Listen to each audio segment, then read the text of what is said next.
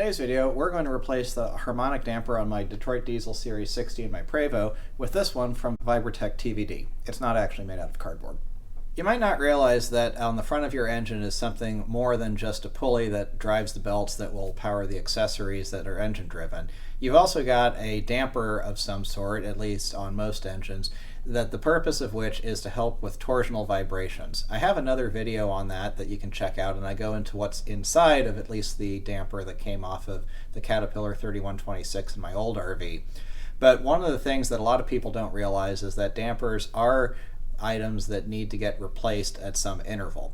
There are a lot of different ideas on when you should replace your damper, and when you're talking on the automotive side, most people never replace them unless there's a problem. I've replaced mine on a couple of vehicles where I knew that they were known for having a problem, and I was replacing them because the vehicle was older and I was trying to replace them before they came apart.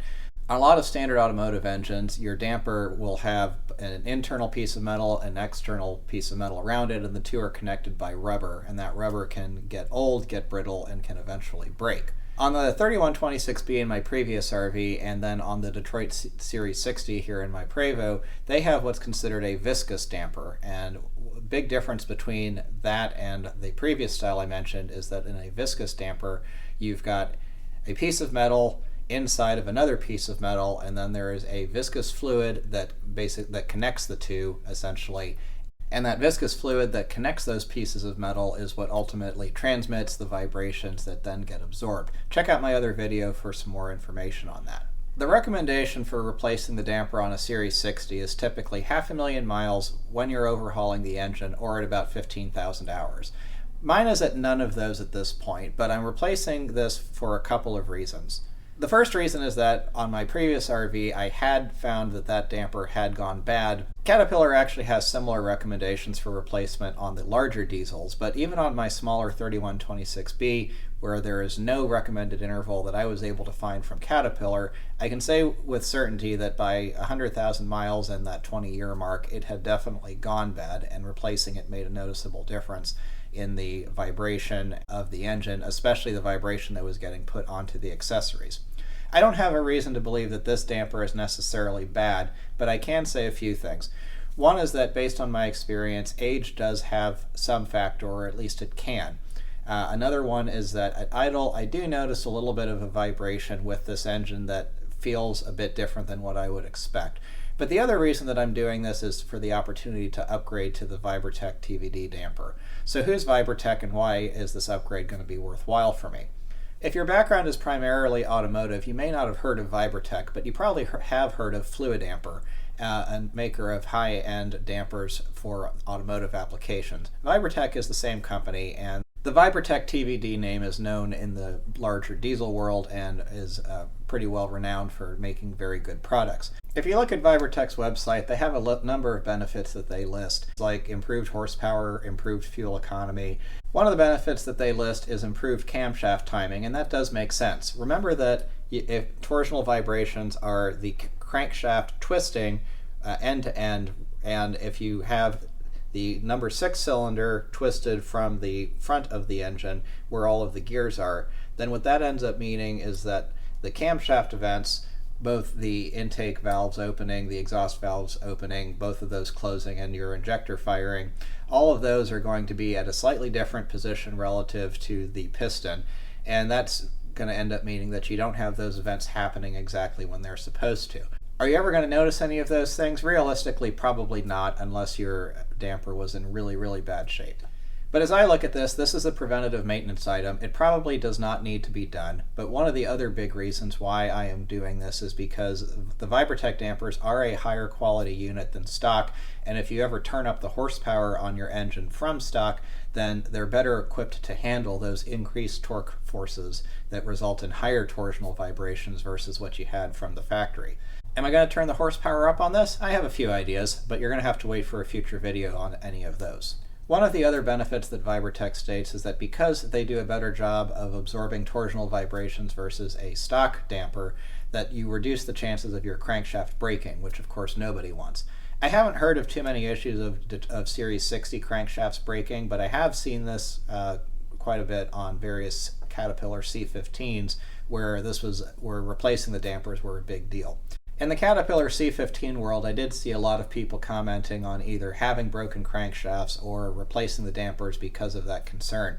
I see less of that in the Series 60 world, but no matter what, you don't want your engine to have excessive torsional vibrations, and if you do end up ever turning up the horsepower a bit, you're going to want to have anything that you can in place to help make sure that it's working the way that it's supposed to. One thing that's important to note is that ViberTech says that their dampers will not wear out due to age, and that they've tested ones that are over 30 years old and still work just as well as the day that they were new. So what that means for me is that this should be a one-time purchase and should outlast my use of this engine in this bus. So what's in the box when you order a damper from VibratechTVD? Well, not really a whole lot. You've got your installation guide, and then you have your damper. The damper is wrapped up in this protective coating, and it has a protective film on it. VibratechTVD does say that you're supposed to paint the damper before you install it. I'm going to go ahead, we're going to get the bumper off, we're going to take the old damper off. That way I can see which areas I need to make sure I have shielded completely so that you don't have paint on a surface that is supposed to be holding pressure. And then we're going to get this painted, dried, and reinstall it from there.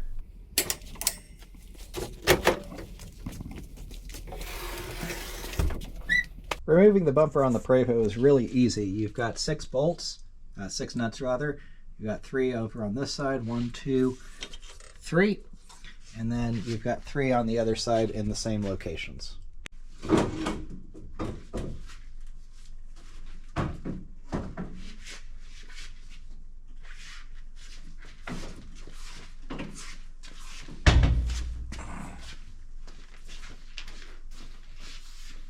Now that the bumper's off, you can see what easy access there is to the damper. This is going to be an easier swap than it would be on a semi, although I do hope that I'm able to get everything off without having to pull the hitch. That would not be a big deal, but be a little bit annoying. So the first thing you have to do is pull the belts off. In my case, I've already got the air out of the air tensioner. If not, you've got the red valve up top.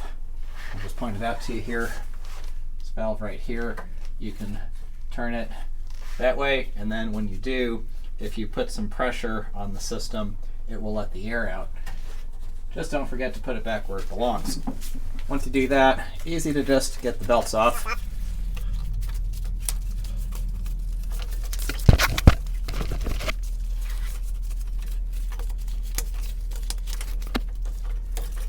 This would be a good time to replace belts if you haven't or if they need them, but these were replaced recently and they are showing no signs of any issues, so I will plan to reuse them.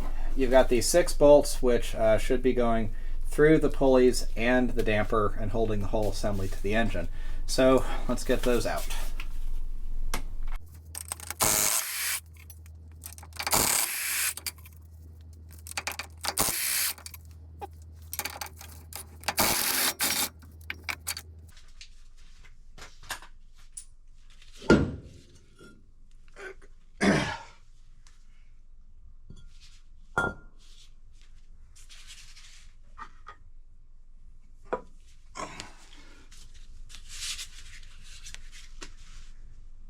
And there you have it. Alright, so I've got the old damper out and I've got the 2 compared next to each other. So if you take a look, you can see that the old damper versus the new damper is a slightly different design. On the old damper, curved at the front, and then the back side of it is where it's welded together. The new damper is the opposite, welded at the front, and then when you pick it up, if you can pick it up, you can see curved back here.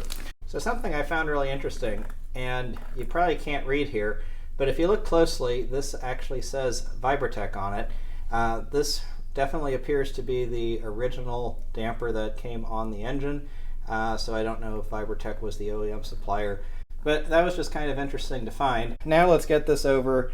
I'm going to wipe it off with some mineral spirits. I can now see what the areas are that I need to mask off, and then I can go ahead and paint it. So as you can see, I've got the one side of the damper painted already. You don't need to worry too heavily about masking it, because when you get it installed, the damper is going to be covered in the front by the pulley, and then on the back side, all that you're really worrying about is this mating surface on the inside. So I just cut out this piece of cardboard, Doesn't even have to be very round, and I got it painted. You really don't even have to paint it at all, but if you don't, it's going to get some surface rust on it, which won't hurt anything, but it's going to look ugly. So I went with a black paint just because that's what I happen to have around. Some purists would say that I should put a Detroit diesel green on it, but I didn't have any around, and I didn't have any locally. So now I'm going to prep this side, and you don't need to do anything too fancy with it. Basically, just get some mineral spirits, put them on a paper towel, rag, something, and then just get it wiped off. And then the purpose of this is just to try to get the coating that they put on for protection off fully. And once you do that, then you just walk away and let it dry for a little bit.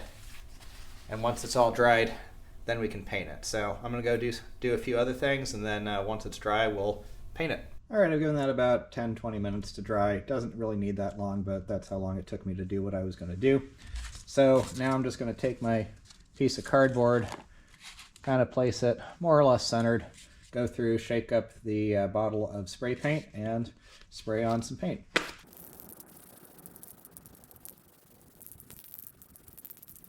So now we're just going to let it dry. This paint actually dries fairly quickly. I was using this Rust-Oleum acrylic enamel black flat paint. I've used it before, and I've been very happy with it overall. But I'm not going to get around to putting this on today, so I'm just going to let it dry overnight. The longer you let it dry, the harder it gets and the better it is overall. So we'll let this dry completely overnight, and then I'll put it on tomorrow. It's a few days later, the paint's dry, I'm ready to put the damper back on and get everything put back together. I've got everything that I need laid out here so that when I put the blue thread locker onto the bolts to put the damper and the pulley on, that I don't have to take a lot of time to get everything put together and torqued down. When you're using thread locker, you want to make sure that you get your fasteners torqued to the proper specification in a timely manner so that the thread locker doesn't dry. It needs to dry once everything's torqued, otherwise it's not going to be able to do its job properly. Another stop that I made was at the Detroit diesel dealer, where I picked up new crankshaft bolts and washers. The manual from Detroit says that you are supposed to replace these as they're one-time use items. I did see a few references that said that it was okay to reuse the bolts, but if Detroit's telling me to buy new ones, they probably are torque to yield fasteners, in which case you do need to replace them after every use. The bolts and washers cost about $45, which is a whole lot cheaper than having your damper fly off and the resultant damage that would occur. Detroit says to torque these bolts down to 135 to 155 foot-pounds, so I've got my torque wrench set at 150 foot-pounds. The other thing that I've done is I've got my 3/4 inch drive torque wrench set up in the loosening position with an extension. The reason for that is that the pulley has a 3/4 inch drive hole in the middle of it. I have a feeling that 150 foot-pounds of torque is going to be more than enough to try to bar the engine over, and so I'm probably going to need this for a counter force to make sure that the engine doesn't rotate while I'm trying to torque down the bolts. The manual does call out a flywheel locking tool, which I don't have and I don't feel like buying. This will work just fine for being able to torque everything down. The damper can be installed in any orientation. The holes are not aligned in any particular manner, and being an internally balanced inline 6, this all makes sense. What does matter is that you don't drop or otherwise dent or damage the damper before you put it on. Check out my other video that shows you what the inside of one of these looks like, but essentially what you've got are a very precise fit piece of metal inside of another piece of metal, and if you dent the outer portion, that inner piece of metal will not be allowed to rotate, and then the damper won't be able to do its job. One last thing that the manual says to do is to put a small coating of anti-seize on the inner mating surface that slips over the crankshaft snout here. Don't put it on the whole flat mating surface, just on that inner portion on the damper side. So I'm going to do that. I'm going to put the damper on, make sure that looks like it's fitting properly, and then I'm going to put the pulley on, start getting all of my bolts in. I'm going to initially run those bolts down here with just my little impact driver. It's a low torque device, and so I'll be able to get everything run down without torquing everything. Then I'm going to run through with the torque wrench and get everything torqued down. So with all that, let's get going.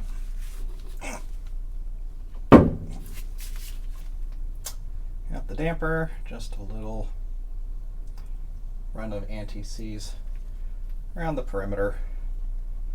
Just going to run over it with my finger. A little bit of excess to wipe off here.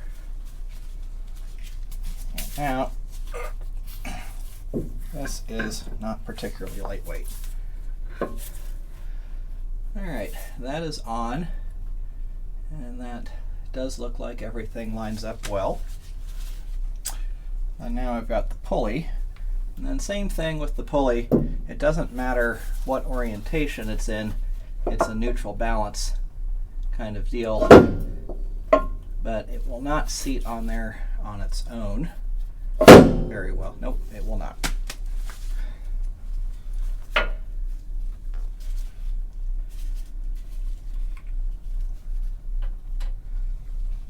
Alright, so I'm going to get my first bolt, put some blue thread locker on that.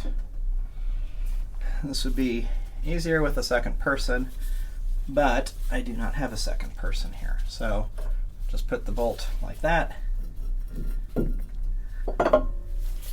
the pulley on, hold it on with one hand, get the bolt in, and started with the second hand. Now, there we go. There's a good little initial snug down.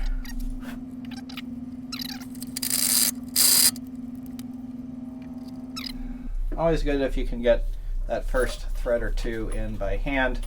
Make sure that everything's lined up and not cross-threaded. Then it should tighten down, go the rest of the way easily.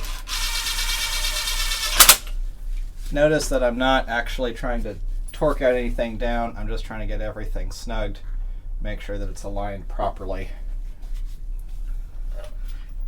And by using the little impact driver, I'm saving a whole lot of time versus if I was doing this by hand.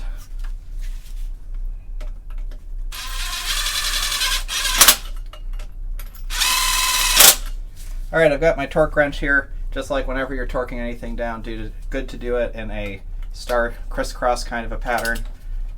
And then also good to do it sort of gradual. Get an initial torque and then go down a little bit more. There was enough to actually get the engine to start moving. So what I'll do is I'll do this initial torque, just getting it to the point where the engine starts moving. And then I'll get the bar on the other side to counteract it. Oh, that actually was enough to hit the torque right there. So maybe I'll be all right. Of course, how much resistance you're going to get is also going to depend on where in the rotation the engine is. If it's coming up on the compression stroke, then it'll have a harder time going up, and you'll therefore have more resistance. But I figured I was going to need this bar here. If you have a second person that is able to hold this for you, then that would obviously be better, but I don't, so that's fine. All right, so let's go start off with this bolt here. It's going to move a little bit while it gets torqued or tightened down.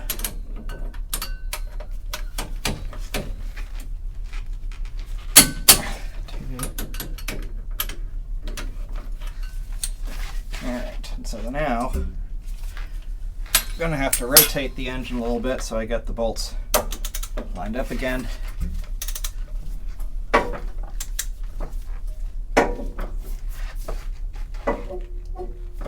Until it's coming up on a compression stroke here now, because it's trying to spring back on me.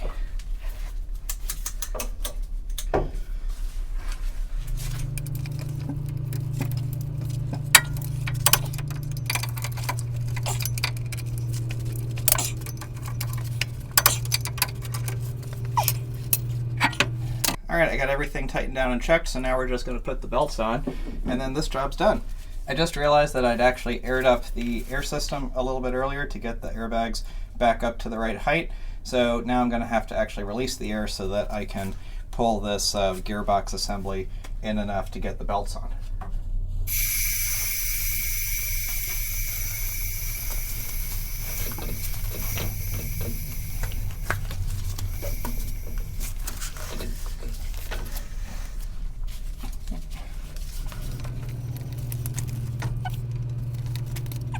And then don't forget to put that back so that these belts will tighten up again when it's time to run the engine. All right, now all that's left is to put the bumper back on and then we're done. It's been a few months now since I installed the VibratechTVD TVD damper on the Series 60 in my Prevost, and I've driven the bus about 3,000 or 4,000 miles since then. The installation was overall easy and straightforward. This is a pretty easy job on the bus, definitely an easier job than on a semi just because of the simple access you have to the front of the engine, which is in the back of the bus. Opposite of a semi where you would have the front of the engine up against a radiator. So you just pull the bumper off and you have really easy access. So the job itself was simple.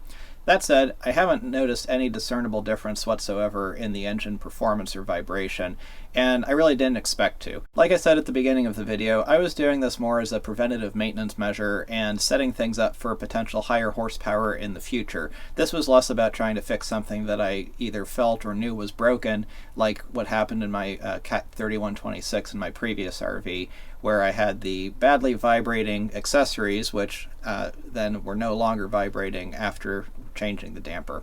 I didn't have any symptoms like that in this case. The only thing I had was that there was a slight vibration at idle that seemed just a little bit off. That's still present, and really it's something that would only be noticeable if you're paying really, really close attention, which I do. But I don't think that it's indicative of any kind of a real problem. Should you do this on your bus? Well, if your bus is like mine and it has a bit over 100,000 miles on it, or even around the range of 200,000, you probably don't need to do it, even if it is 20 plus years old. For me, I like being really thorough in my preventative maintenance, and since I do have some ideas for some additional horsepower that I might want to do in the future, to me this made sense. But for you, it probably isn't necessary. However, if you do decide to do this, I do recommend the VibratechTVD TVD damper. There's no point in putting a damper on unless it's of a very high quality. That defeats the whole purpose of what the damper's trying to do. Leave any questions down below in the comments, and as always, thanks for watching.